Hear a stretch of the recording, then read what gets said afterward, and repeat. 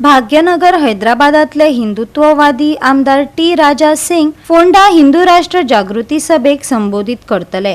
24 मे दिसा फोंडा पोरन्या बस स्टँडाचेर ही सभा जातली। खंय हिंदू राष्ट्राचो आवाज खर उबारपा खातीर हिंदू जनजागृती समितीन भव्य हिंदू राष्ट्र जागृताय सभा आयोजित केल्या।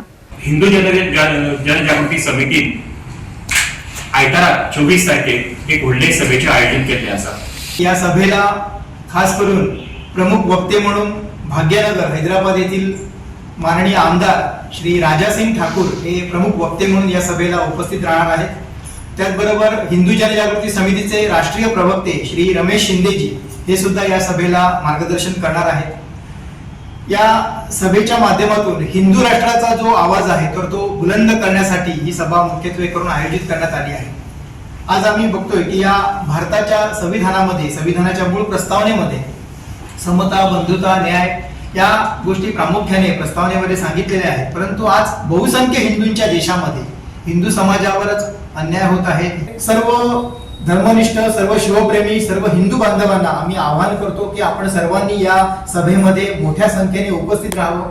आम्ही गेले 15 दिवस या सभेचा प्रसार गोव्यातल्या विविध भागांमध्ये करत आहोत। फोंडा तालुक्यामध्ये वेगवेगळ्या हिंदू संघटना आहेत, वेगवेगळ्या शिवप्रेमी संघटना, या सगळ्यांना या सभेचं निमंत्रण देण्यात आलं आहे आणि सर्वत्र उत्स्फूर्त असा प्रतिसाद आहे। परंतु आम्ही बघतोय की मागच्या काही दिवसांमध्ये हा जो हिंदू राष्ट्राचा विचार आहे तर त्याला विरोध करणारे सुद्धा काही जण समाजकंटक आहेत। म्हणजे या सभेचे होर्डिंग आम्ही वेगवेगळ्या भागामध्ये जे लावले आहेत तर कालच्या रात्री काही समाजकंटकांनी, धर्मविरोधी व्यक्तींनी हे जे होर्डिंग्स आहेत तर ते विद्रुपी करण्याचं कार्य काल रात्री आम्ही लक्षात आणले। याविषयीची सविस्तर तक्रार, पोलीस कंप्लेंट आम्ही आताच फोंडा पोलीस स्टेशनमध्ये करण्यात आली आहे आणि आम्ही मागणी करतो की हे जे कोणी संबंधित आहेत, कारण ज्या ठिकाणी आमचे हे फलक होर्डिंग लावलेले आहेत त्या ठिकाणी सीसीटीव्ही कॅमेराज आहेत, त्यामुळे पोलिसांनी याची त्वरित दखल घ्यावी।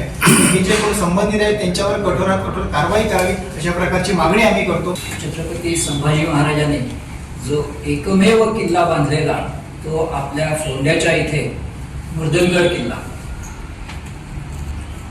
गेल्या जून मध्ये याचं संवर्धन व्हावं याकरता एक समिती स्थापन झाली आणि त्या समितीने वेगवेगळ्या स्तरावरती याचं संवर्धन व्हावं म्हणून प्रयत्न केले।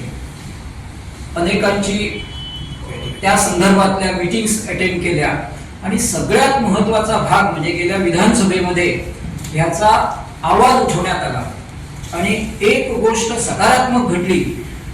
हा मुर्दनगड किल्ला याचं नोटिफिकेशन झालं म्हणजे सरकार दरबारी त्याची मान्यता झाली।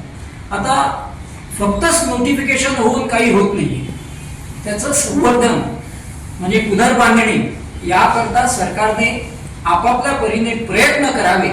याकरता ही समिती प्रयत्नशील आहेच, पण सरकारने जास्तीत जास्त बळ आपलं याच्यामध्ये घालून लक्ष देऊन तो बांधावा, जेणेकरून शिक्षण क्षेत्रातील म्हणजे शाळेतील मुलांना किंवा मला असं वाटतं की या किल्ल्या संदर्भात एक पायवाट देखील मोठ्या प्रमाणात जर केली तर